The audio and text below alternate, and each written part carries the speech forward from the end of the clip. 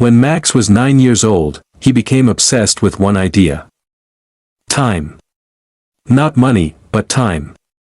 Because he noticed something strange. The smartest boy in class didn't look smarter. And the fastest runner didn't look stronger. But they all had one thing in common, which is that they were never rushed. So one night, he did something small. He moved his alarm clock back and made it 5 minutes earlier. That was it, just 5 minutes. By the next morning, something felt different. The world was quieter, the house hadn't woken up yet. No shouting, no rushing, no pressure. He brushed his teeth, packed his bag calmly, and reviewed one extra page of notes. He reached school before most students. And for the first time, he didn't feel behind. So he did it again until the week elapsed. The next week, he made it another 5 minutes earlier. 5 minutes doesn't sound powerful, you may say, but 5 minutes a day is 35 minutes a week. And in a month, that will be more than 2 hours. And then in a year, more than 4 full days.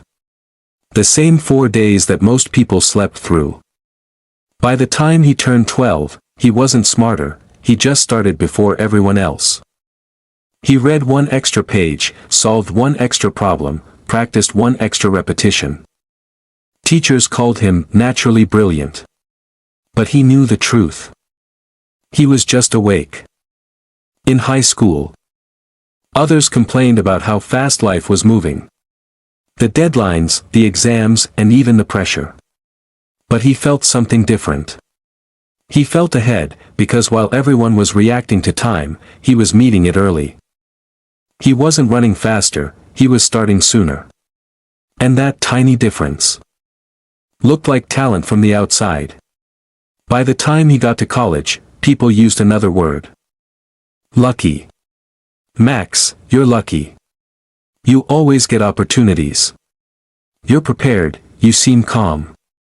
And he always laughed. Because luck looked a lot like 5 a.m. Luck looked like empty libraries. Luck looked like silence before sunrise. Luck looked like choosing discipline when nobody was watching. Years passed and he built a career. Stable, successful, and respected. People said. He just has good timing. Good timing? As if timing was something random.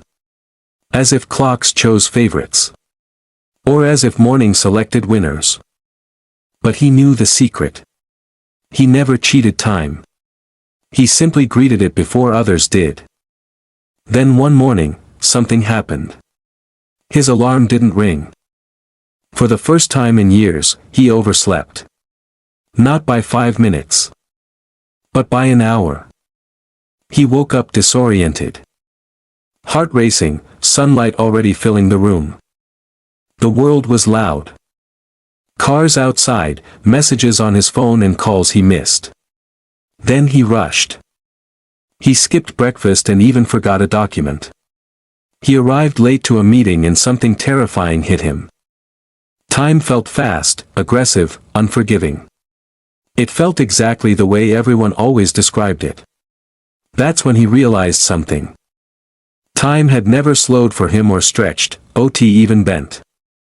Time never favored him. He simply showed up before it became urgent. Max wasn't ahead of time, he was ahead of panic. Ahead of pressure and chaos. All those years. People thought he had a gift.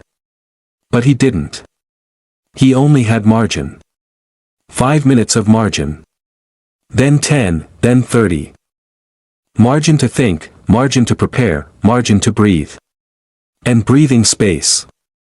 Looks like brilliance. To people who are suffocating.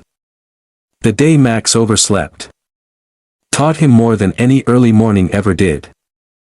Success isn't about speed, it's about sequence. The world doesn't reward the fastest. It rewards the prepared. And preparation hides inside small, boring decisions. Repeated daily. Max still wakes up early, not because he fears failure. Not because he wants to cheat time. But because he understands something simple. Time doesn't slow down for anyone. But it feels slower when you meet it first. If you feel like life is always chasing you, if you feel behind, if you feel like others are somehow ahead, ask yourself this. Are they more gifted? Or did they just start 5 minutes earlier? The difference between chaos and control is often smaller than you think. It could be 5 minutes, 1 page, 1 extra attempt, or 1 earlier decision. Success isn't magic, it's punctual discipline, disguised as luck. And sometimes, the person who seems to have cheated time, simply respected it. Lesson. Success isn't about being extraordinary. It's about showing up before excuses wake up. Some stories fade, others stay. If this one stayed with you, subscribe for more lessons that stick. Because every story carries a message, and every message leaves a lesson.